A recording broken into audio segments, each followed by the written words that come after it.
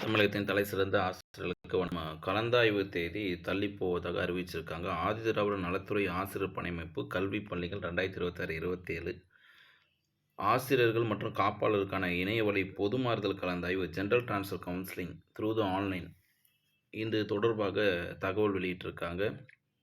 இந்த தகவல் என்னைக்கு வெளியிருக்கு பார்த்தீங்கன்னா 9/6/2026 நேற்று வெளியிட்டிருக்காங்க.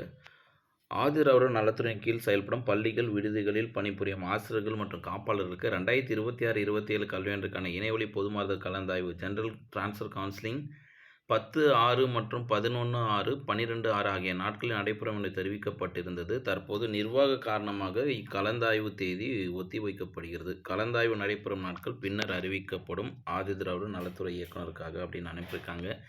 இது நிர்வாக காரணம் அப்படின்னு பார்த்தீங்கன்னா, இன்னும் வேக்கன்சி லிஸ்ட்டு கரெக்டாக எடுத்திருக்க மாட்டாங்கன்னு புரியுது.